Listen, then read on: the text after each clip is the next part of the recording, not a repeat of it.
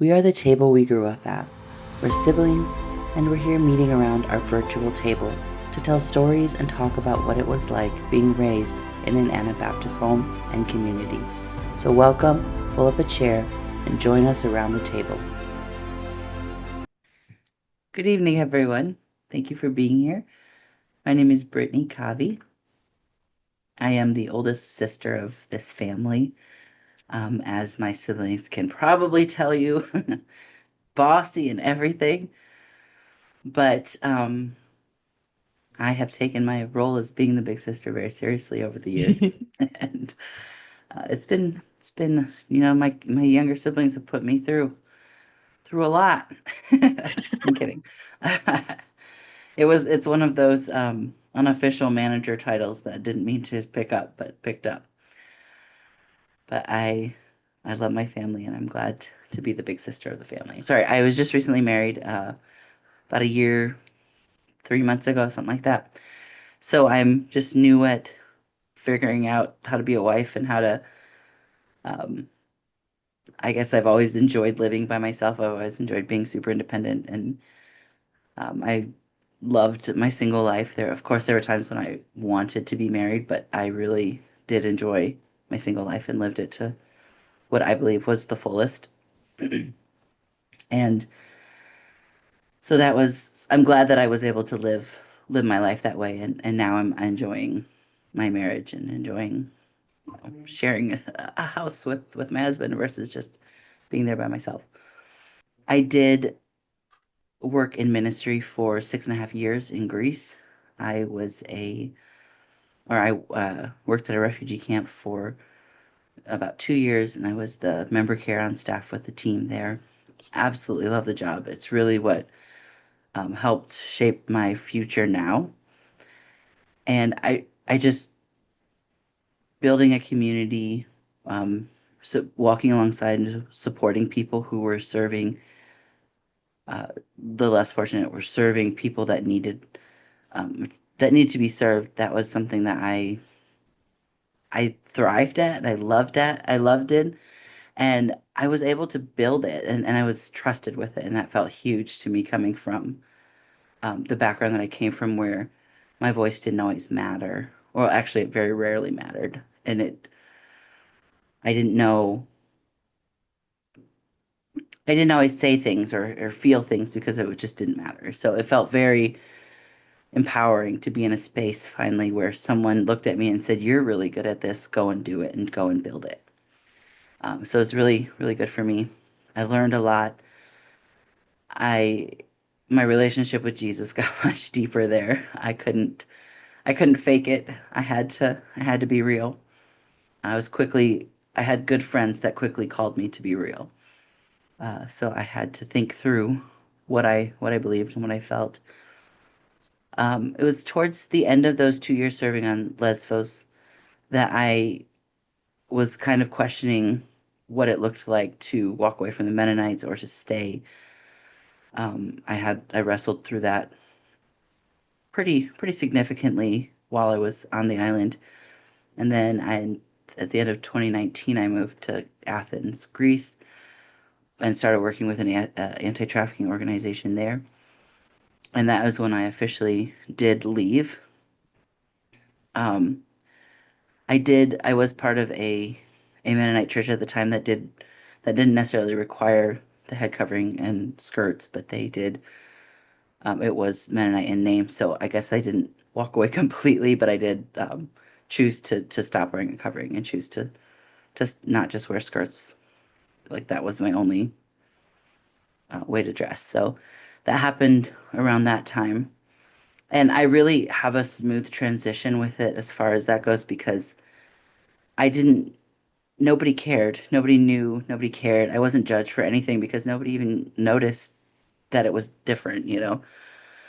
So that I do feel a little bit, sometimes I feel guilt in just because there was, like, I hear my sisters talk and other women that have walked away and said, hey, you know, this, and they really struggled with the community around them. And that's not something I had to struggle with a whole lot. But I do know that I wrestled with the decision for a long time before I had happened, and I came to that point. But I did serve in Athens then for 3 years, and well, 3.5, and I was working just on a team with other staff to reach women that were marginalized and um, being prostituted against their will and those things like that. And that was an amazing experience as well. Also, while I was in Athens, I worked with a church, a French-speaking African church, which was it was a beautiful thing. It was also super challenging, and I was triggered very often just from my own experience growing up in the church that we grew up in. But it was really cool to be able to work through that and to recognize. It was the start of me recognizing that not every leader is the same, and I can't put the same things on each leader. I have to give grace. So that was a challenge. It was really good. Um, it was a little chaotic at times, but it was good.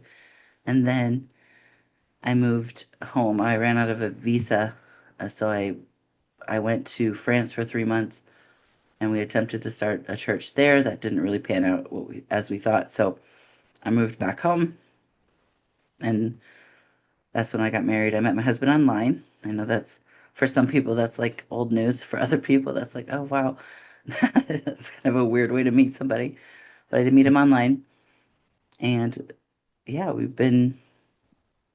it worked out for us. We're happily married. Um, and then I also have in the last year got my certification, my health and life coaching certification. So I've been building my coaching business. I work as a administrative assistant for another coach, Lori Zacharias with U2FP, and I have loved that job so much. I'm learning a lot.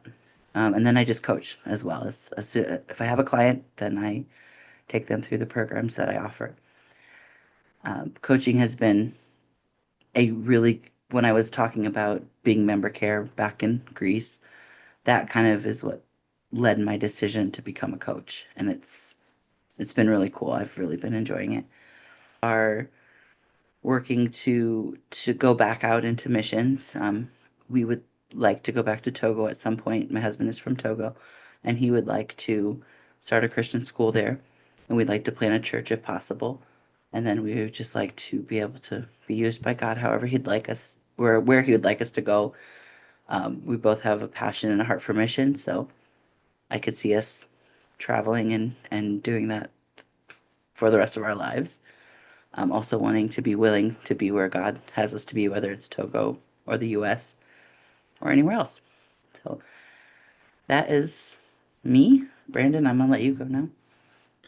Hey guys, my name is Brandon. I'm the oldest brother of this group of three here right now. Um, yeah, a little about me, I guess. I am married and I have two children, a son and a daughter.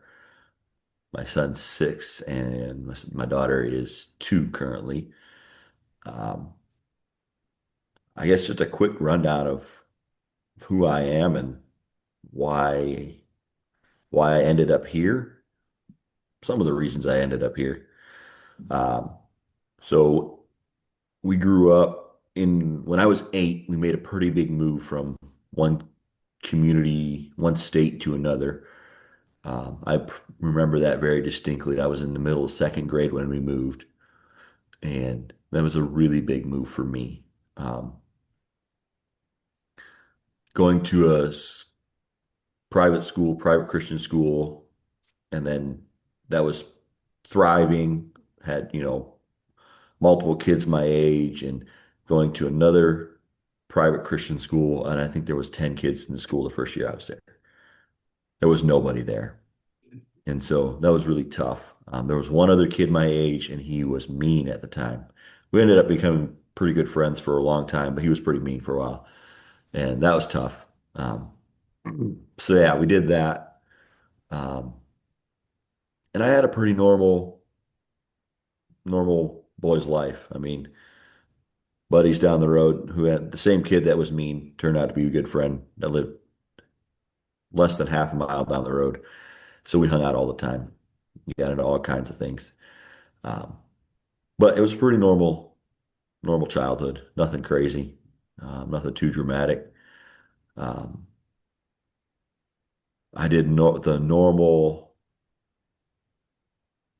Mennonite, conservative Mennonite thing. Baptized. Actually, I was pretty old when I got baptized. I was 17 when I got baptized. For our church, I was pretty old.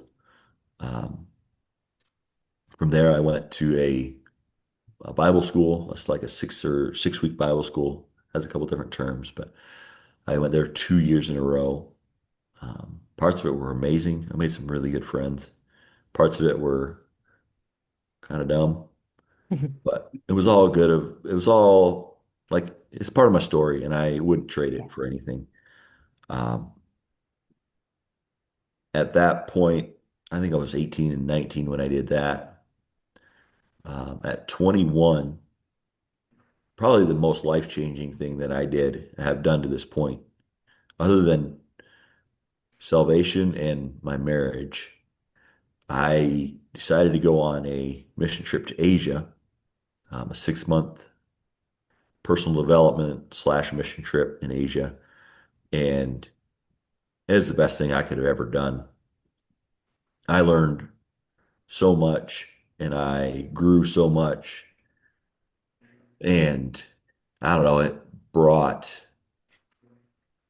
I don't know, it grew me in so many great ways that I look back now and I'm like, I am so thankful that I got to do that. The man that I am today, the father and the husband that I am today is a lot related to that. It's allowed me to, I think, to be honest with myself and to push myself. So I am so thankful for those 6 months in Asia. And then I actually went back later, about 6 months later, and I helped lead a team, a 6 month team. That's actually where I met my wife. We were She was just coming over. She'd been there for about 2 months when I left, and not something that I really, yeah, like I didn't know at the time that that was going to be my wife, put it that way.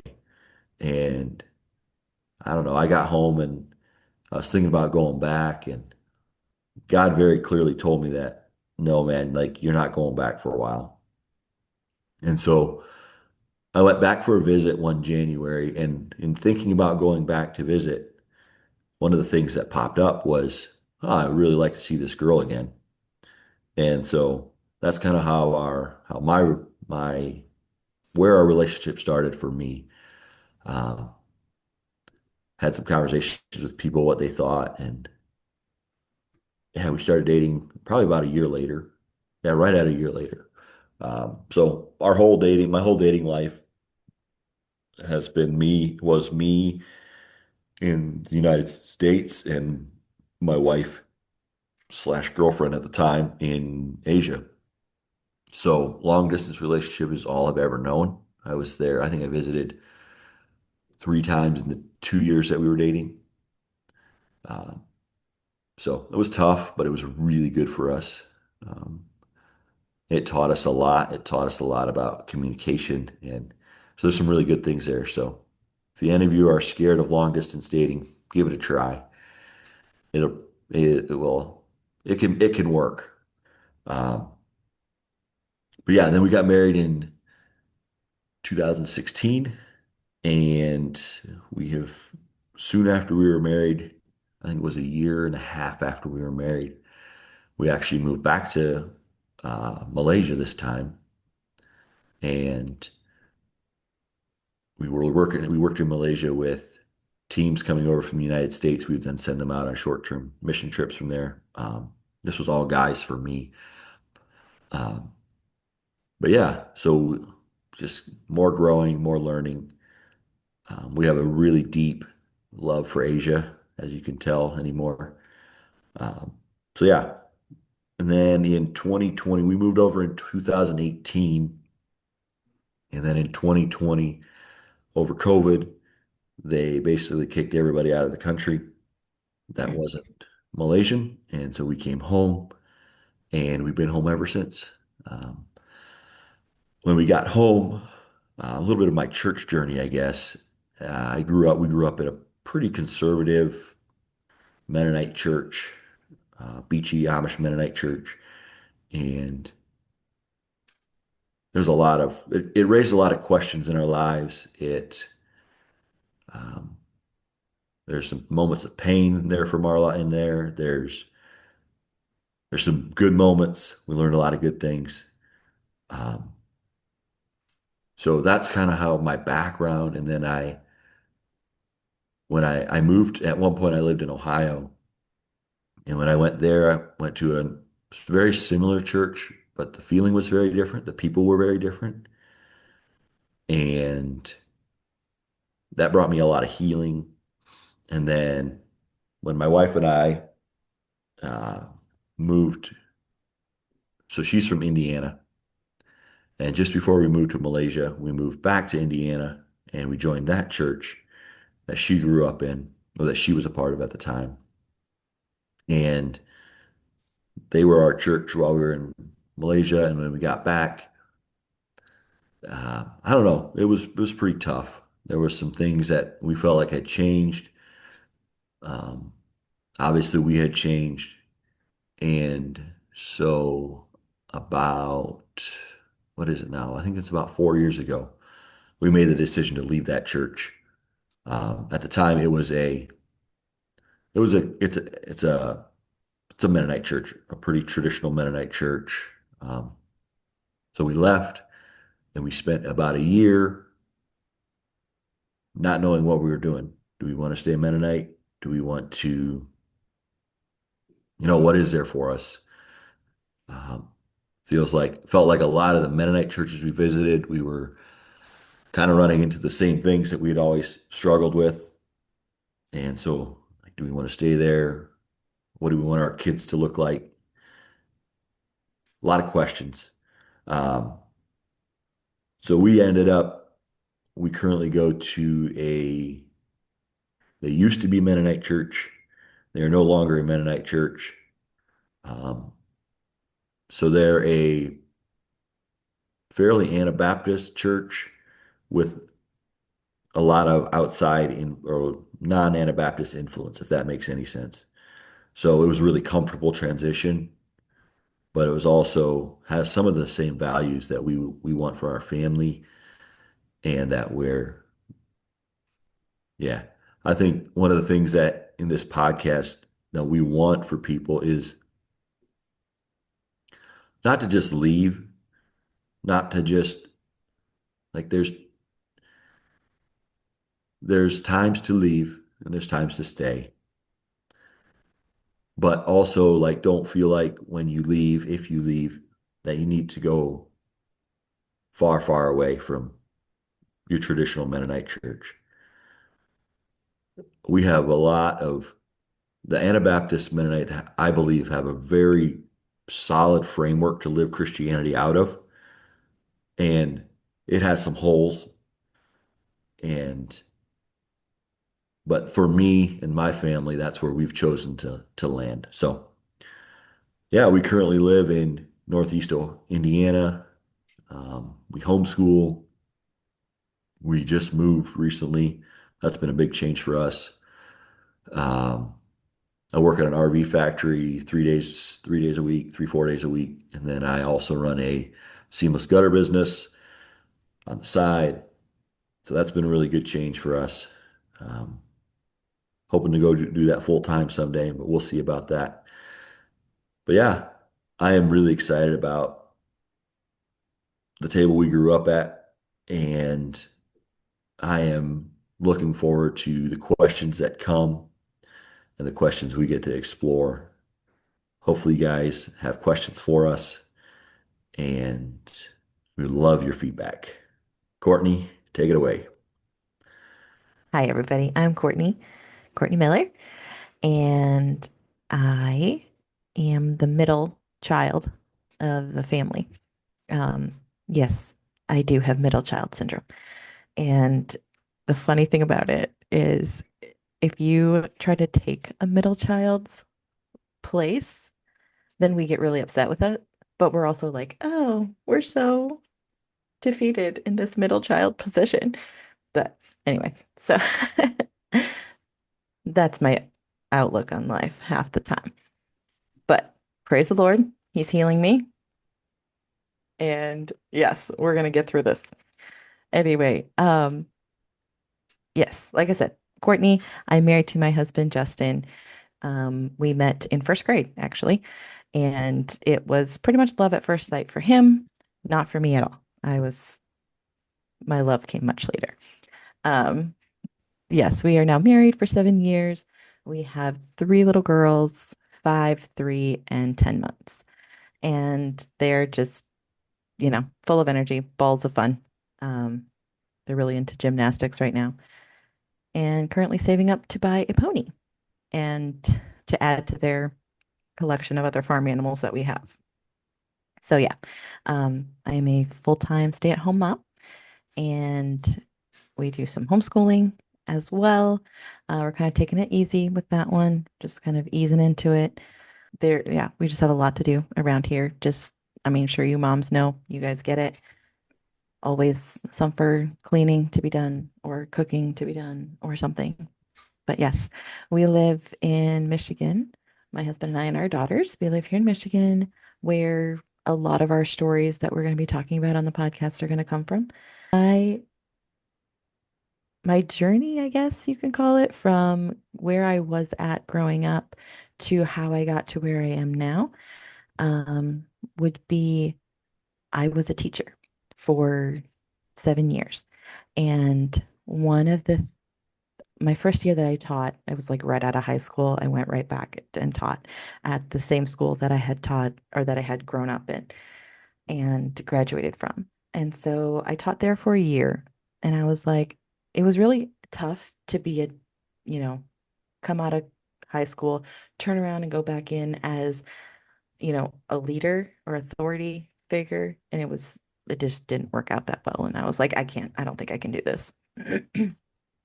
So I left there and I got an opportunity to go down to Whiteville, Tennessee and teach at another Mennonite school down there. At that time, I was 19. No, I was 20. Yeah, I was 20. And when I moved down there, that is like when I finally started finding out who I was as a person without my family. Um, I was often just kind of went with the flow, did what everybody else was doing. Very, I would say, yeah, like a very traditional Mennonite girl. Um, yeah. So when I went down there, I really started to figure out who I was and what I really loved and what I really enjoyed doing. I loved teaching. It was so much fun. I loved it, every minute of it. So yeah, I was down there for 2 years, and that brought me to who I am today. I truly believe that that's when I really started seeking more of God because I was placed in that position of like you're out here basically on your own and you gotta figure it out. And so I had no one to lean on but Jesus at that point because I like the community I moved to, I didn't know anybody. Everybody was a stranger to me. Um, it was a great weight loss program for me too. I think I lost like 20 pounds while I was down there too. So there, when I moved back, I came home to a place where actually all of my siblings had been out on summer mission field. I know that Brandon and Brittany both talked about where they were. So when I came home from that, they were both off. I think actually, Brandon, I think at that point you were living in Ohio, and Britt had just gone or was leaving to go to Greece for the first time. And then my younger brother Chad was going with Britt. Abby was in Jamaica. And so I came home and there was just me and our baby brother at that point. And um, I really started, thinking, God, where do you want me? What does this look like? I, being that I had kind of moved down to Tennessee when I was 20, the church that I had grown up in was pretty much like I had pretty much stopped going there. They didn't support me. It wasn't like I had anything to give back to them at that point. Um, so I had started going to a church down in Indiana. It was a much more liberal Mennonite church. That Brittany had mentioned it earlier. Her and I had gone. Um, I think we went like 2 Sundays together, and then she left me. So I kept going by myself. It was a little scary, but it was okay. Um, we had, yeah, loved it. It was going well. That's where my husband and I would have gotten married and been there for, I think we were there for almost 6 years, or I was there for pretty much 6 years. We got really involved with the youth group there. It was awesome. We had such a, it was, I have some very, very good memories of being um, youth leaders, teaching Sunday school there and stuff like that. Um, there's honestly like some more painful memories that came out of that then too. It, it was kind of an abrupt end to what we thought was going so well. But um, the Lord used it for good, and we're here today because of it. Um, but yeah, we were basically told that we were done and you needed to move on. We were too charismatic for them, and yeah, it was honestly it was painful. But like I said, the Lord used it for good. And so yeah, we ended up about a year after that happened. We started going to a church just across the street from us. There was a little church that had started up probably 5 years before. And I had worked with one of the girls at a store. And so I was like, yeah, we'll just go say hi. And ended up being there for it was a couple of years. After that, the church kind of went through a split, I guess. I'm not sure how you would call it. They wanted to merge with another church.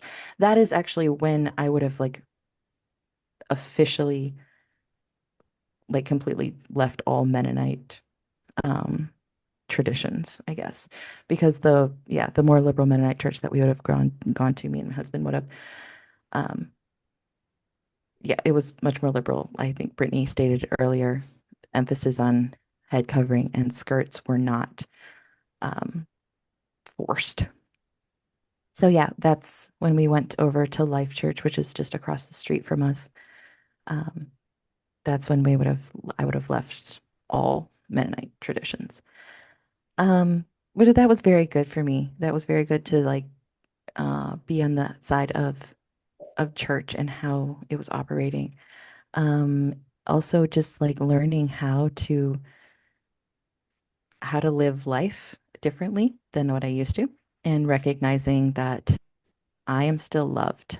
And I remember this very clearly. One day I was standing in church and I hadn't worn a skirt to church that day, and just feeling the love of Jesus wash over me and being like, oh, so you don't care, or not you don't care, but it's not about if I'm wearing a skirt or if I'm not.